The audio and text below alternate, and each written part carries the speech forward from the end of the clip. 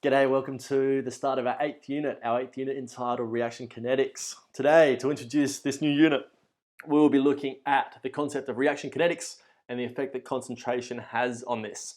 Where our lesson objective is to define rate of reactions in terms of collision theory and activation energy and understand the effect concentration has on reaction rates. As always, the learning outcomes from the Cambridge curriculum that we are addressing in this lesson.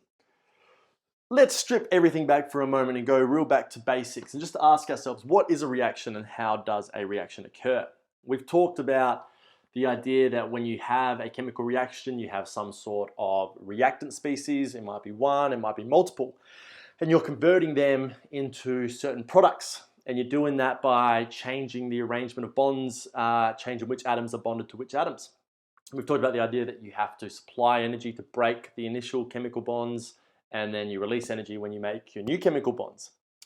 So if we think even sort of beyond that, how do the atoms, I guess, position themselves so that these differences in the chemical bonds can occur?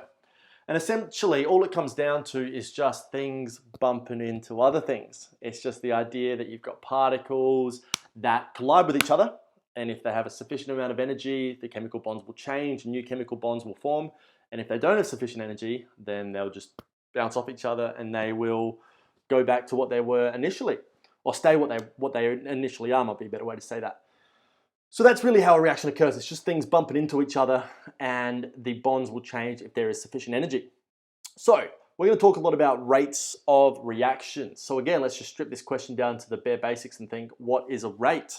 When you're talking about the rate of something, you know, the rate of change or the rate of decay, the rate of anything, you're talking about the change when compared against time. Yeah? So it's a change against time. So when you're talking about reaction rates, you're talking about the change in the reactants against time. Because as you're changing the reactants into products, that's going to take so long. That's the reaction rate, the change of the reactants against time. So change per time. And we've seen this diagram quite a bit where we have certain reactants. You need a certain amount of energy supplied to that system where you break all the bonds, then you make new bonds and you will form new products. So when we talk about how a reaction occurs, let's introduce this idea of collision theory. Collision theory states that in order to react with each other, particles must collide in the correct orientation and with sufficient energy. So that goes back to what I was talking about before. When you've got a chemical reaction, there's just things bumping into each other. If they bump into each other with enough energy and in a particular orientation, then a chemical reaction will occur. Now we're going to talk about the factors that affect these reaction rates. And we're mostly going to focus on the energy side of it. As you go further down the track, you'll start to look at the idea that things need to be orientated in a certain sort of conformation, and that will help the reaction occur. We're not too concerned with that at the moment, just concerned with the energy side of it. So we can speed up a reaction as chemists in a lab. If we're making products, we don't want to be sitting there for ages. We want to make things as quick as we can, yeah? Either because our time is valuable, we want to be doing something else, or we're mass producing something, and the faster we can make it, the more that the business can, you know, make profits and whatnot, things like that. So we can manipulate reaction speed if we increase the frequency of collisions and if we increase the proportion of particles with energy that is greater than the activation energy. So let's consider this the frequency of collisions. If we're saying that chemical reactions occur just because of collision theory, just because of particles colliding with each other, the more that they're going to collide with each other, then the more chance that there's going to be a successful collision. And that's just purely just because of statistics and probability, yeah? And then the other factor is we've got this energy, this activation energy that we've discussed before and we will discuss again in just a moment. And if we're supplying more particles with an energy greater than that, then we're going to have quicker reactions that occur. What does this say? When this thing moves out the way any second now, how can you increase or decrease the above factors? Let's have a think about that. So collision theory, it is necessary for reactants to collide with each other in order for a chemical reaction to occur. Therefore, we're going to have successful collisions and we are going to have unsuccessful collisions. Successful collisions are where particles have enough energy to react and form products. So you have reactants that collide successfully and it's successful, so they've converted into products. Conversely, you have unsuccessful collisions where they collide with each other and they just bounce off and there's no change in the bonding of the atoms. So unsuccessful collisions where particles collide but bounce off each other without changing. The minimum energy reactants need in order for a successful collision to occur is the activation energy. And the activation energy we saw in our chemical energetics unit, it's the energy that we see here when we map a reaction progression. When we see a reaction pathway, we have our reactants. In this case, we would have we would have an exothermic reaction, wouldn't we? Because the products are less energy than the reactants. The activation energy is the energy that we need to overcome to break the original bonds and get to this high energy transition state. This is the energy we need to supply to the system in order for the reaction to occur. So there's a few factors that we can look at and that we're going to look at in this unit that will affect the reaction rate. The first is concentration that we're going to look at in this lesson, temperature, and the idea of catalysts that we will look at in subsequent lessons. The effect of concentration on reaction rate. The more concentrated, the greater number of particles dissolved in a given volume of solvent. So we've looked at this reaction before. So concentration is equal to the number of moles per volume. So concentration is simply telling us how much of a certain thing there is in a given volume, a given V of whatever solvent we are in. Particles move randomly in solution, so a higher concentration results in more frequent collisions between particles, therefore a higher chance of successful collisions. So if you think about that, if you've got an empty room, right, and you're wearing a blindfold in an empty room with 3 other people, so there's 4 people in the room, and you just are walking blindly around that room, and every now and then you will collide with someone, yeah? So that's the concentration of that room is 4 people in the room. Let's say we double that concentration. Instead of having 4 people with blindfolds, we've now got 8 people with blindfolds, and we do the exact same process. The people just walk around randomly, they can't see where they're going.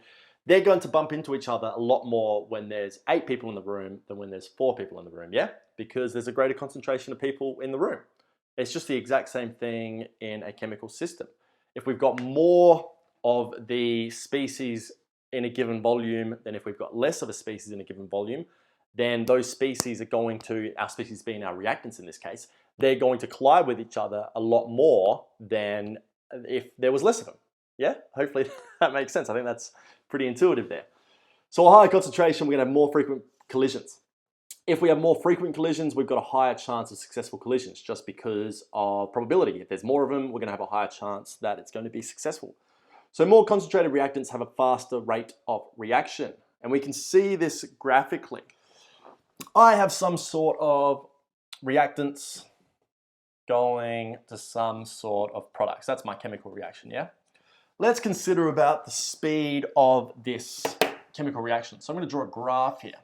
And on the y-axis, I am going to have concentration. On the x-axis, I'm going to have just the time, right? So I start the reaction, and just as the time goes on, we're going to see what happens to the concentration. Now, we have looked at this graph in a previous unit, but it's worth recapping. If I have my reactants and I've got a reaction vessel at time 0, in my reaction vessel, I'm just going to have reactants going around, yeah? So let's just say I've got a lot of reactants. I'm just using the same color for both reactants. These are my reactants, red for reactants. I have lots and lots of species in that container.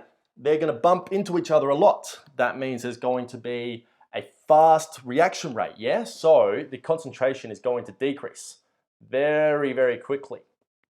But as the reaction proceeds, as we go t equals 1, and then t equals 2, and t equals 3, and so on, and so on, and so on, we're going to start to lose some of the concentration of our reactants because we're starting to form the products. And then the products start to form. And as the time goes on, as t equals 4, and t equals 5, and t equals 6, t equals 7, etc., we're going to get less and less reactants in there. As we get less and less reactants, there's going to be less chances of successful collisions with the reactants because there's less of them. So they're colliding into each other less and less. So what's going to happen is the concentration is going to taper off and will eventually reach a point where the reaction stops. So more concentrated reactants have a faster rate of reaction, so you have a very fast initial rate of reaction, but as the reaction proceeds, the reaction rate will slow down. And I have a diagram here. Let's consider if we have A low concentration, there's going to be less things to bump into each other than if we had a high concentration. So this is the room with 4 people blindfolded. This is the room with 8 people blindfolded.